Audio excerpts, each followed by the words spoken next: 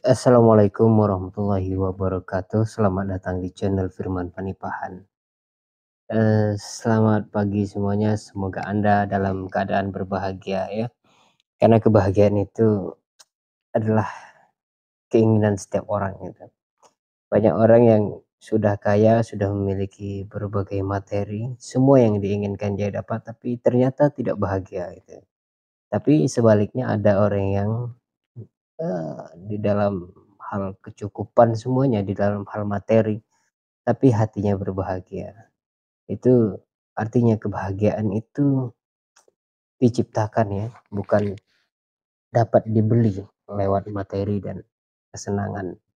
Kebahagiaan tidak identik dengan hedon atau kesenangan atau dapatnya atau teraihnya sebuah impian dan capaian keinginan gitu.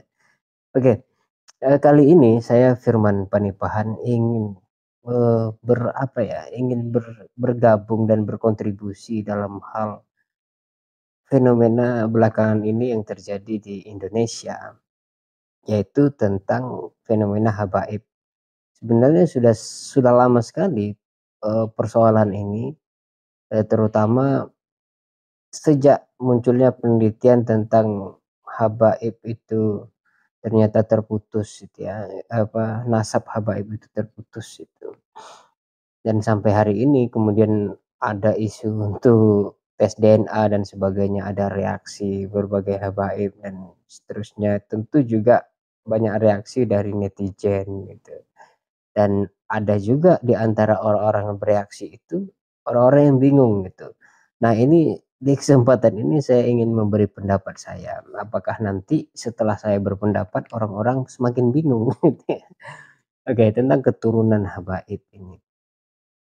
Pertama, saya ingin menyampaikan sebuah pandangan umum terlebih dahulu bahwa sebenarnya tidak ada kemuliaan di dalam keturunan ya.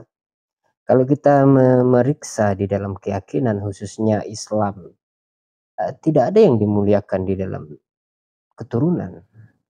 Suku Quraisy dan bukan Quraisy itu tidak tidaklah lebih mulia kecuali mereka yang lebih bertakwa, gitu kan.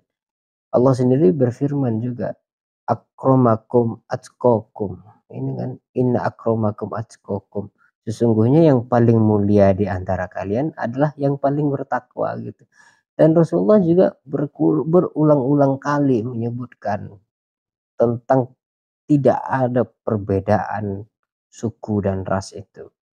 Sehingga Rasulullah salah satu perjuangannya adalah membebaskan orang-orang yang terbelenggu, orang-orang yang sebenarnya harus merdeka dan sama seperti kulit hitam.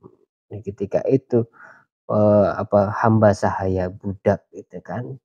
Itu dibebaskan oleh Rasulullah karena Rasulullah memiliki konsep bahwa semua manusia human itu setara.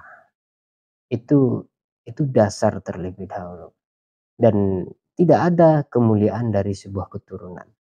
Nah, sekarang kita ingin melihat bagaimana fenomena hari ini, orang yang memuliakan sebuah keturunan, orang yang bangga terhadap keturunannya. Apakah boleh? Ya, boleh-boleh saja, tapi itu tidak ada hubungannya dengan agama. Itu hanyalah kegiatan kebudayaan. Hanya sebatas tradisi saja gitu. Ada kiai misalnya yang dihormati, ya itu tradisi. Kiai, istilah kiai itu di dalam budaya, kan gitu. Sementara dalam agama itu adalah ulama yang dia itu derajatnya diangkat beberapa kali lebih tinggi dari yang lain gitu. Ulama kan gitu. Sehingga dia dihormati. Dia dihormati, disegani dan dimintai pandangan dan sebagainya. Bagaimana dengan habaib misalnya? Atau misalnya begini, habaib kemudian membuat institusi kehabaiban. Kemudian ada ijazah setiap habaib, ijazah, sertifikat, sertifikat keturunan, dengan ujian misalnya kalau di Robitoh itu, ujiannya itu harus hafal 7 keturunan di atasnya gitu, sehingga dia dapat sertifikat habaib gitu. Tapi kemudian ada isu-isu yang tidak mengenakkan gitu kan di antara sertifikat, eee, mun meluncurnya sertifikat itu ada apa, apa namanya, jual beli keturunan itu kan, itu memalukan.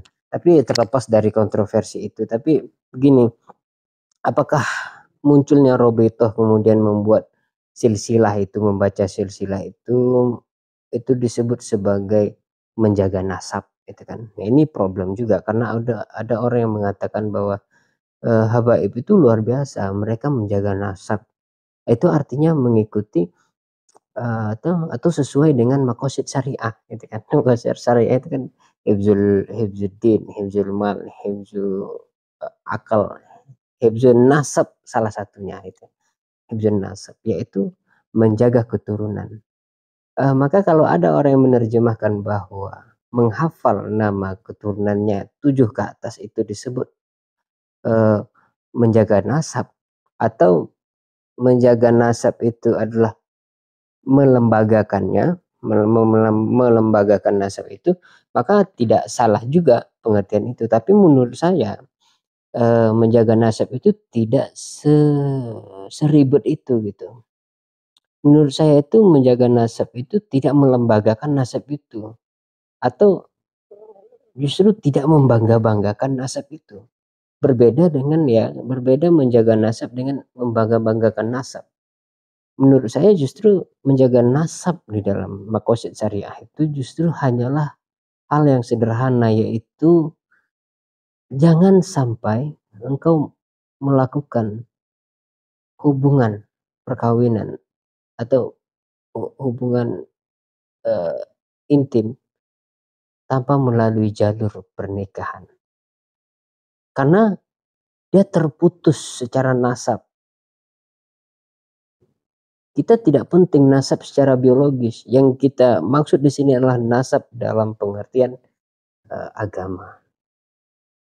Maka konsekuensinya berurut jauh sekali nanti kalau dia anaknya perempuan tidak bisa diwalikan oleh bapaknya, bapak biologisnya gitu, karena terputus. Menurut saya menjaga nasab itu adalah menjaga perempuan sebenarnya, supaya tidak melakukan itu, dan laki-laki menjaga kemaluan sebenarnya. Cuman ulama itu membuat istilahnya menjaga nasab, padahal di situ menjaga kemaluan. Hifzuddin, hifzul mal, hifzun nafas. Satu lagi, menjaga kemaluan, hifzul kemaluan. Apa kemaluan? Hifzul zakar, wal hifzul zakar. Tapi disebut di sini hifzul nasab. Itu bahasanya sangat indah itu menurut saya. Jadi oke, itu komentar saya terhadap habaib. Ya nanti saya lanjutkan di sesi selanjutnya. Terima kasih atas perhatiannya. Wassalamualaikum warahmatullahi wabarakatuh.